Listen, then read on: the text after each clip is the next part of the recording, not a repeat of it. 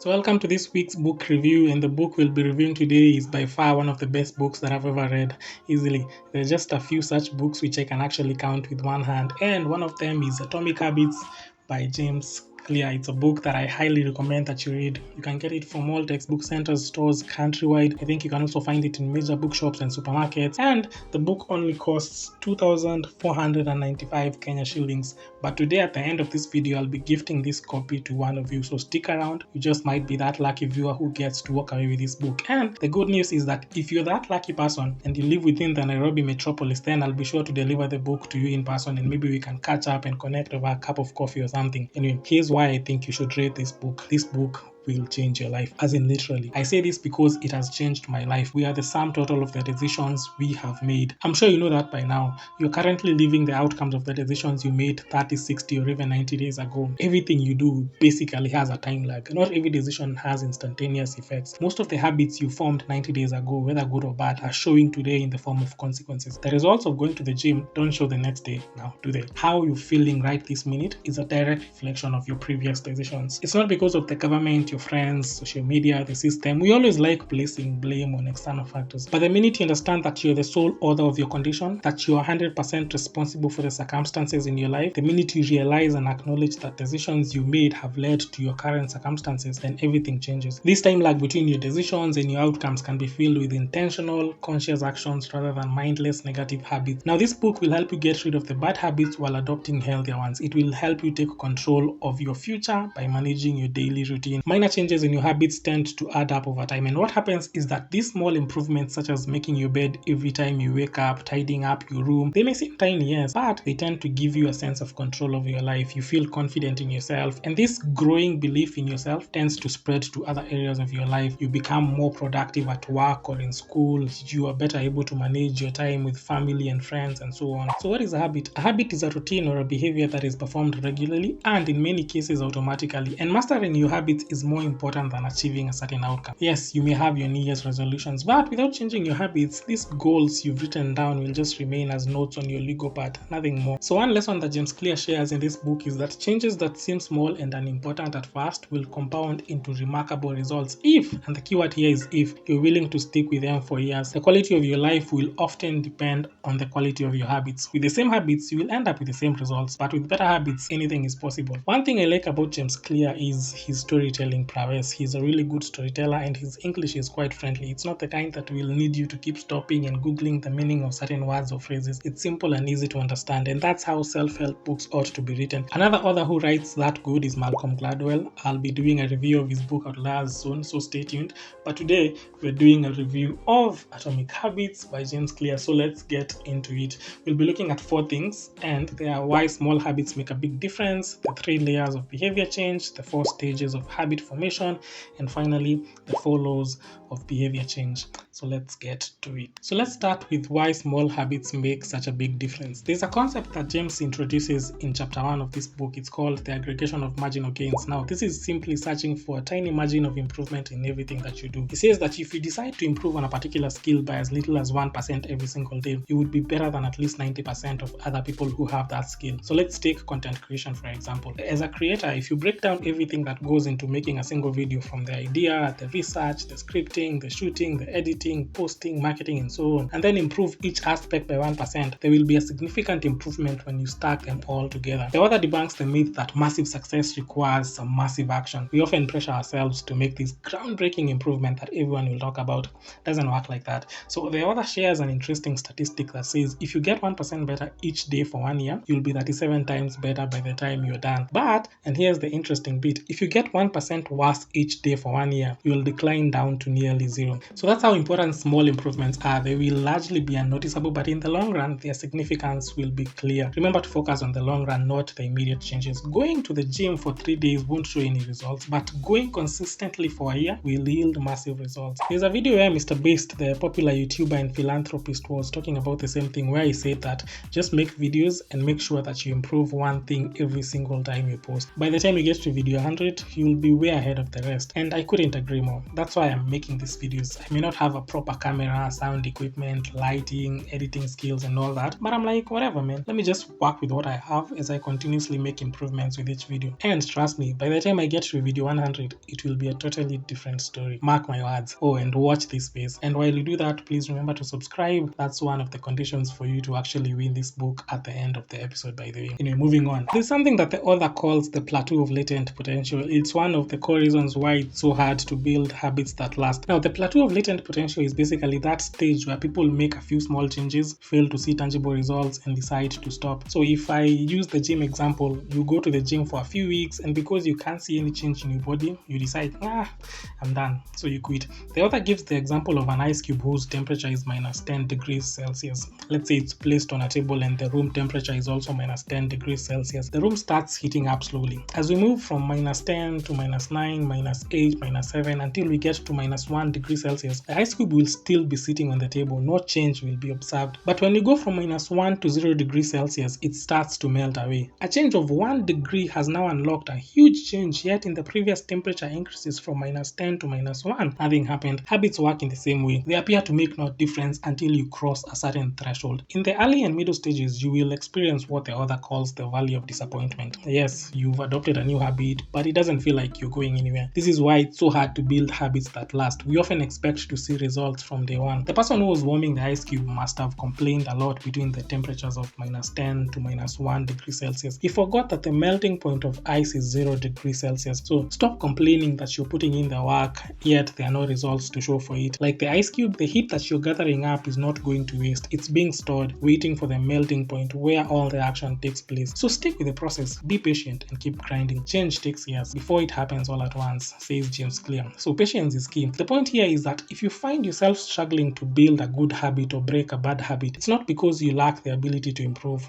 No, it's mostly because you haven't yet crossed the plateau of latent potential. In the book, James compares complaining about not seeing results yet you've been working so hard to complaining about the ice cube not melting yet you've heated it from minus 10 to minus 1 degree Celsius. Your work was not wasted. It's just being stored. All the action happens at 0 degrees Celsius. And when you finally break through the plateau of latent potential, people will call you an overnight success, but they just don't know how much work went into it. It's not until months or even years later that the full value of previous efforts gets realized. Like we said, there is that time lag between our habits and our outcomes. You're now living through the outcomes of decisions you made a few months ago. So here's another reason why you're finding it hard to form those great habits that would otherwise change your life. James Clear says that our biggest problem is that we focus on the goals rather than focusing on the systems. Now, systems are the processes that lead us to the results. He says that if you focus on the system, the goal takes care of itself. The Olympic Games are currently going on in Paris, and I can assure you that every Olympian wants to win the gold medal. So if we all have the same goals, then the goals cannot be what differentiates the winners from the losers. It's the system each person applies in pursuit of the goals. In a job interview, the goal of each candidate is to get the job. The systems would include how well prepared someone is for the interview in terms of researching the company and so on. So work on your systems and the results will follow as a consequence. And don't get me wrong, goals are good for setting a direction, but systems are the best for making progress. Here's another way of looking at it. If your room is messy, the goal is to clean it up. You might psych yourself up and do it. But if you continue with the same bad habits that led to the messy room, you'll not have solved the problem. A few days later, the room will be untidy again, and you'll be desperate for some motivation to clean it up again. Notice a problem here? You're still chasing the same outcome because you never changed the system behind it. You basically treated a symptom without addressing the cause. Systems are the processes that lead to the results. So when you solve the problems at the results level, like cleaning the room, you only solve the issue temporarily. But when you fix the problem at the system level, you solve the issue for good. So again, focus on fixing the system and the goal will take care of itself. And so if you're having trouble changing your habits, the problem isn't you, the problem is your system. As James Clear says, you do not rise to the level of your goals, you fall to the level of your systems. Remember that goals are good for setting direction, but systems are best for making progress. So the goal tells you the what, but your system tells you the how. And if you've read Simon Sinek's book, Start With Why, then you'd know the best approach is to start with the why, then the how, and eventually the what. But most of us and most companies do it the other way around. We start with the what, then the how, and then the why. That's even assuming that we have a why, because most people can't even articulate why they do what they do. A few can tell you how they do it, and almost everyone knows what they do, but the why, very few people can tell you why they do what they do. And that brings us to one of the main reasons why changing our habits is challenging for most people, and that is we try to change the wrong thing. So there are basically 3 layers of behavior change according to James Clear, and they look like this: outcomes, processes, and identity. All the levels are important when it comes to building better habits. The problem is the direction of change. So most of us begin with what we want to achieve, that is the outcomes, and this leads us to the outcome-based habits. What the author proposes, however, is identity-based habits, where the focus is on who you wish to become. Now, behavior that is inconsistent with your identity will not last. Let's say you want to be financially independent, you want to gain financial freedom. But if your identity is of someone who spends rather than creates, someone who consumes rather than produces, then you will be pulled towards spending rather than saving and investing. It's hard to change your habits if you never change the underlying beliefs that led to your past behavior. You basically have a new goal and a new plan, but you haven't changed who you really are. The outcomes you desire are different, but your identity is the same. It's also good to note that your identity often emerges out of your habits. Nobody is born with preset beliefs. Every belief is as a result of conditioning from your life experiences ever since you were a little child till now that you're all grown up. Now, the more that you repeat a behavior, the more you reinforce the identity associated with that particular behavior. If you're the kind of person who makes their bed each morning once you wake up, then this behavior reinforces in you the identity of an organized and tidy person. You don't become a content creator after just making one single video, but once you make a video a day for 2 years, then you accumulate the evidence that you are a content creator. And the more evidence that you have for a belief, the more strongly you will believe it. Identity change is the North Star of habit change. Now let's move on to the 4 stages of habit formation. Now every habit goes through these 4 stages, which are the cue, the craving, the response, and the reward. Now the cue is the trigger. This is what triggers the behavior. The craving is the motivation or desire, and James says that you desire not the habit itself, but the change of state it provides. For instance, you don't crave a cigarette, but the feeling of relief it provides. You're not motivated by brushing your teeth, but by the feeling of a clean mouth and fresh breath. The response is the actual habit. This depends on how motivated you are to take action and how much friction is associated with the action that you're about to take. Your response also depends on your ability. Now, the reward is the end goal of every habit. The response delivers the reward, and the cue is about noticing the reward, and the craving is about wanting the reward, and the reward satisfies your craving, gives us relief from the craving. Without all the first 3 stages, then the behavior won't occur, and without all the 4 stages, it won't be repeated. And remember, we say that habit is a routine or a behavior that is performed regularly. So if your behavior is not repeated, then it doesn't become a habit. So eliminate the cue or the trigger, and the behavior will never start. Eliminate the craving, and there is no motivation to act. Make the behavior difficult by increasing the amount of friction associated with it, then you won't be able to do it. And finally, if the reward fails to satisfy your desire or your craving, then you'll have no reason to do it again. So if you understand this loop, the habit loop, as James Clear calls it, then behavior change becomes easier. Speaking of, let's move on to the 4 laws of behavior change. So there are basically 4 laws of behavior change, and they stem from the 4 stages of behavior change that we've just talked about. So there's law number 1, which is make it obvious. Law number 2, make it attractive. Law number 3, make it easy. And finally, law number 4, make it satisfying. We'll start with law number 1, make it obvious. The process of behavior change always starts with awareness. You need to be aware of your habits before you can change them. Under this law, we'll look at a number of ways that you can use to start a good habit or get rid of a bad habit. There's something the author calls implementation intention. This is a plan that you make beforehand about when and where to act. That is how you intend to implement a particular habit. So instead of saying, I want to work out more, rephrase that to, I will exercise for 1 hour at 5 p.m. in the local gym. The location and time are your cues or trigger. What happens is that when you make a specific plan on when and where to perform a particular habit, then you're more likely to do it. And here's an interesting formula for that. I will behavior at time in location. For example, you might say something like, I will exercise for 1 hour at the local gym if your intention is to get in shape. You could also say something like, I will read 10 pages of the Atomic Habits book at 10 p.m. in my living room. That's if your goal is to read more. Now, the 2 most common cues are time and location, and implementation intention helps you to pair a new habit with a specific time and location. And is what the author calls habit stacking. This is where you identify a current habit, let's say something that you do every day, and stack a new habit on top of it. Let's say your current routine is that you wake up up and then you make your bed and then you take a shower and so on. If you want to form a new habit of, let's say, exercising, you might say something like, after I make my bed each morning, I will do 10 push-ups. This is simply pairing a new habit with the old habit. The reason behind this is that no behavior happens in isolation. So basically, through stacking habits, each action becomes a cue that triggers the next behavior. So now every time you make your bed, this becomes a trigger to do push-ups. Then you take the shower. Here's the formula for that. After current habit, I will, new habit. For example, after I take off my work shoes, then I will put on my gym clothes. So the key is to take your desired behavior or the habit that you'd like to adopt and tying it to something that you already do every day. And this increases the likelihood that you'll stick with a new habit. So you create this chain where each habit becomes a cue for the next one. Kind of like when you buy a new dress and you realize that you need a pair of heels and earrings to match, or when you buy a new couch, then suddenly you feel that you need a new carpet that blends well with the couch, then new curtains and so on. So one purchase leads to the other and so on. This is actually called the Diderot effect, but in this case we are flipping it to make sure it serves you positively in terms of changing your behavior. So how does environment influence our habit formation? You'll be surprised to learn that your environment matters more than motivation. So let's say you want to quit drinking, or maybe you just want to drink less this month.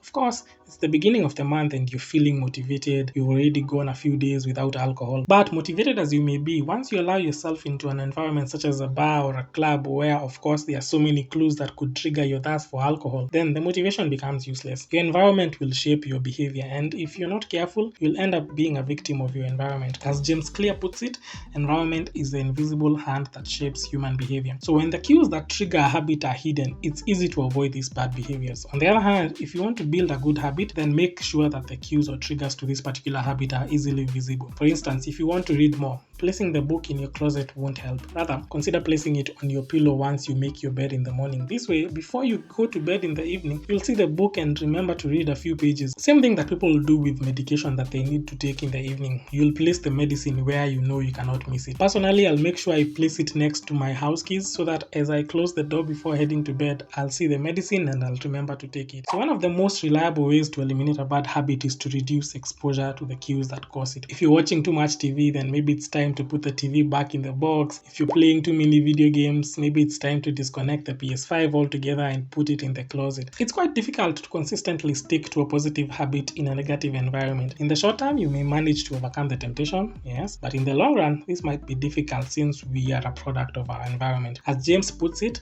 you can break a habit, but you're unlikely to forget it. So let's say I quit drinking a few months ago. If I find myself in a bar, I can be able to overcome the temptation to order a beer. But if I'm always going back to the bar, let's say I work there as a waiter or bartender, then self-control becomes ineffective as the environment will overpower me and I'm likely to go back to drinking. The secret of self-control is making the cues of your good habits visible and the cues of your bad habits invisible. If you really think about it, self-control is more of a short-term strategy, but not quite effective in the long run. You may be able to master the willpower to resist temptation once or twice, but it's quite unlikely you'll be able to resist temptation over your desires every single time. It's easier to avoid temptation than resisting it. So try spending less time in tempting environments. So let's now look at law number 2, making it attractive. Now remember we said that if there is no craving, if there is no desire, then you lack the motivation to act. But if the desire is there, the habit or behavior becomes attractive and you are motivated to act. One way to make a habit irresistible is through what James Clear calls temptation bundling. So temptation bundling is simply linking an action that you want to do with an action that you need to do. For instance, personally, I hate going to the gym. I really hate it. But on the other hand, I love listening to music. So what I do nowadays is that I carry my earphones to the gym. So whenever I'm on the treadmill and my favorite songs are playing, the gym becomes a bit more bearable.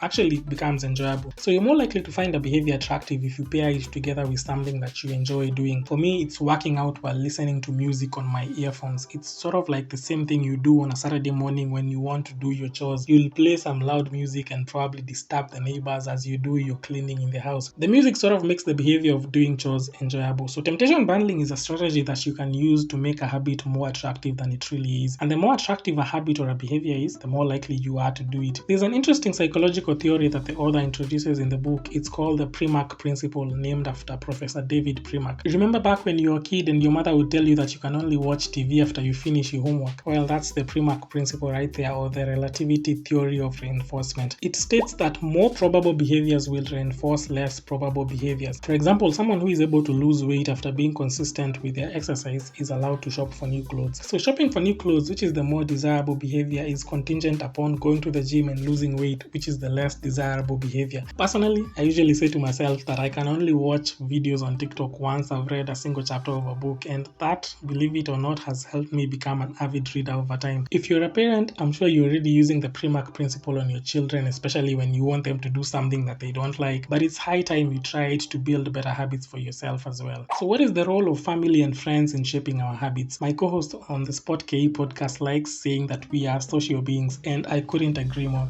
Now, as social animals, one of our deepest human desires is to belong to a group, a community, a family, and we do this for our survival. And this goes back to thousands of years during the time of our ancestors, where being cast out of the group or the tribe meant death. You couldn't survive out in the world on your own. So in order to fit in with the tribe and ensure your survival, you just follow what the tribe does, which means that behaviors that help us fit in with the group are attractive and therefore easy to adopt. That's why if you join a company where everyone wears a suit and tie, you will most definitely start donning suits yourself. And if you join another company where the dress code is always casual, you will adopt this style as you try to fit in. We imitate the habits of those close to us without thinking, questioning, and sometimes even remembering. So if your spouse has a certain habit, you're most likely to pick it up yourself. Therefore, it would be wise to surround yourself with people who have habits that you want to have yourself. If you want to keep fit, then join a group where this is the normal behavior. If you want to read more, join a book club, or better yet, subscribe to this channel.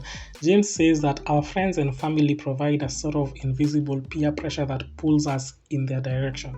So moving on to law number 3, make it easy. So for a habit to stick, you need to make it easy to do. You want to reduce the friction associated with a particular behavior. But how do we do that exactly? James proposes a few tricks, one of which is something he calls the 2-minute rule. Now, this rule states that when you start a new habit, it should take less than 2 minutes to do. So let's say you want to read more this year. Pick up the book and just read it for 2 minutes. Not 30 minutes, not an hour, just 2 minutes. The idea is to make your habits as easy as possible to start, to master the habit of showing up. A habit must be established first before it can be improved. So master the habit first, then you can make improvements upon it. Hence, reading for 2 minutes each day, then within a few minutes, you'll probably be doing half an hour a day. Again, the point here is to be consistent. So if you want to work out, start by doing push-ups for 2 minutes. The actions that follow could be challenging, but make the first 2 minutes easy. And another way to make a habit stick is through what James calls the law of least effort, which states that when deciding between two similar options, people will naturally gravitate toward the option that requires the least amount of work. Which is true, by the way.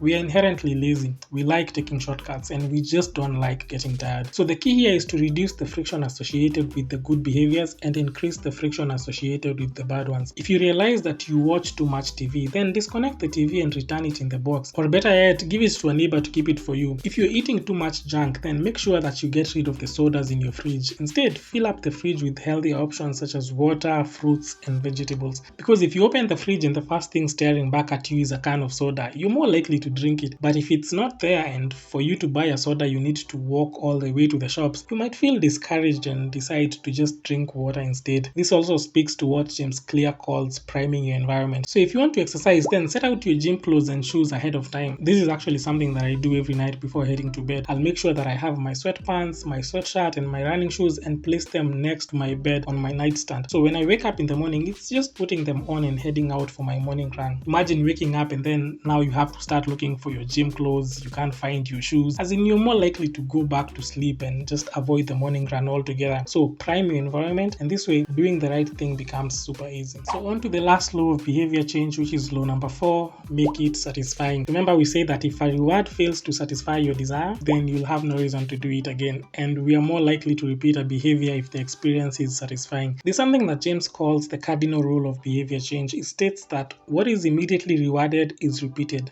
what is immediately punished is avoided. We all know that delaying gratification is the better approach. If you delay the gratification of playing video games now and you choose to study instead, you'll get better grades. If you go to the gym and work out now instead of just sitting on your couch and eating junk food all day, then you'll be in better shape a few months from now. We all know this, but we choose instant gratification instead. So to solve this problem, the author suggests reinforcement, which is simply using an immediate reward to increase the rate of a behavior. So let's say you want to spend less and save that money towards a vacation at the end of the year. So whenever you deny yourself the reward of maybe eating out or buying a new dress, take that money and deposit it into your Maldives holiday savings account. So this gives you an instant reward of seeing your savings towards the dream holiday grow every time you deny yourself. So to get the habit to stick, you need to feel immediately successful, even if it's just in a small way. In this case, seeing your holiday savings grow feels satisfying, and you're more likely to repeat the habit of denying yourself so that you continue growing your savings and experience the feeling of satisfaction again and again. And one of the most satisfying feelings is the feeling of making progress. And how do you know that you're making progress? It's by tracking your habits. As your savings keep growing, you can obviously see the progress, and this clear evidence of your progress makes the habit of saving even more satisfying. So let's say you've been going to the gym ever since the month started, and every time you go to the gym, you mark that date with an X on your calendar. Now, this visual tracking of your habits tends to motivate you and you keep going. You never want to break the streak. That's what habit tracking does. Finally, the author suggests that you have an accountability partner. This is a close friend or a spouse that will hold you accountable for your commitments. As social beings, we care deeply about how others think of us. So if you have an accountability partner, someone that you respect, and of course this is someone that you don't want to have a lesser opinion of you, then you're more likely to stick with a good habit. And those, my friends, are the 4 laws of behavior change. Now, before I leave, here are 4 ways to help you avoid bad habits and adopt healthier ones. First one is on social media. The average human being spends at least 2 hours a day on social media. And if you're a TikTok addict like myself, then it's even worse. I'm working on that though, so don't you dare judge me. Besides, something tells me you're not doing any better than me. Anyway, globally, the average person spends around 2 hours and 26 minutes online, and most of this time is spent on Facebook, Instagram, TikTok, YouTube, WhatsApp, Twitter, and the rest. Now, closer home, the average Kenyan spends around 3 hours and 32 minutes every day on social media. That's 1 hour more than the global average. We are actually ranked 3rd in Africa and number 6 worldwide, according to Statista.com. James Clear shares an interesting way of taming your social media addiction. He says that every Monday morning, he'd have his assistant change the passwords to all his social media accounts, effectively locking him out during the week. Then she'd give him all the new passwords on Friday evening and he'd enjoy himself for the weekend. Then on Monday morning, she'd change the passwords again. He says that this helped him focus more during the week and he managed to work on this amazing book that we are currently enjoying and using as a reference for building healthy habits. Here's the thing, resisting temptation is difficult. We've already said that. It's a lot easier to avoid the temptation altogether. So if your right eye is causing you to sin, pluck it out. If you're wasting too much time on Netflix, do not renew your subscription for the next month. So let's say you're trying to read a book, but notifications on your phone keep distracting you. Consider taking the phone to another room and putting it on silent. Remember, it's a lot easier to avoid temptation than resisting it. So there's something else that the author calls a commitment device. He says that in as much as technology is responsible for some of the bad habits, such as mindlessly scrolling through social media, watching Netflix all day, ordering junk food online and it gets to us within minutes, online shopping, and therefore not being able to save more and so on, James says that technology can be used to our advantage. So if you want to save more but you know that once you get your salary you will most likely spend all the money, then take out a standing order with the bank. This way, whenever you get paid, part of your salary is automatically channeled towards your savings account. Same thing that happens to our retirement funds or even pension funds. If your employer never deducted the money at the source, most people will never save for their retirement. And finally, there's what the author calls the Goldilocks rule. The rule states that human beings experience peak motivation when working on tasks that are right on the edge of their current abilities, meaning things that are neither too hard nor too easy. So let's say you're a college football team. If you play against grade 4 kids, you'll score too many goals, it will become boring. There will be no motivation to play anymore. But if you play against a Premier League team like Man City, then the match will be too difficult to enjoy. Now let's say you play a team that you're almost equally matched, you'll obviously become motivated to play because the game could go either way and you have an equal chance of winning or losing. The human brain enjoys a good challenge, but only if it is within an optimal zone of difficulty, which is the midpoint between boredom and anxiety. So when starting out a new habit, make sure it's easy enough so that you stick with it even on days that you're not feeling like doing it, and just hard enough to keep you motivated motivated about it. For instance, if you want to start working out, don't pressure yourself to exercise for 2 hours a day. That's too difficult for starters. And that, ladies and gentlemen, is the review of this amazing book by James Clear. The book is Atomic Habits. I really hope you've enjoyed that review as much as I did. And if so, you're going to love the book even more. So, like I said at the beginning, I'm going to be giving out this book to one of you. But first, you need to be subscribed to this channel. So make sure you do that if you haven't already. Then we've talked about the 4 laws of human behavior. What I want you to do is tell me what's the inverse of each law. What's the opposite of each law? So type your answers in the comments below, and I will be sure to announce the winner of this life-changing book during the week on my Instagram and TikTok accounts. It's still in pristine condition. I am very proud of my books and I'm very delicate with them, and I think that's part of the reason why I don't like giving them out to people, because one, people actually never return the books and they never even read them. They'll just place them in their closet, and then two, if and when they return them, they are usually in very bad conditions. So my books are always in perfect condition. You can see from this one, it's still intact, and I've actually read it twice. So you can see even the spine still intact. I don't like it when people do this. When reading, they turn the page all around and they mess up their spine. So I don't like that. So yes, you'll be getting an almost new book, and like I promised, if you're within the Nairobi metropolis, then I'll make sure to hand deliver it to you myself. Anyway, thanks for sticking around this long.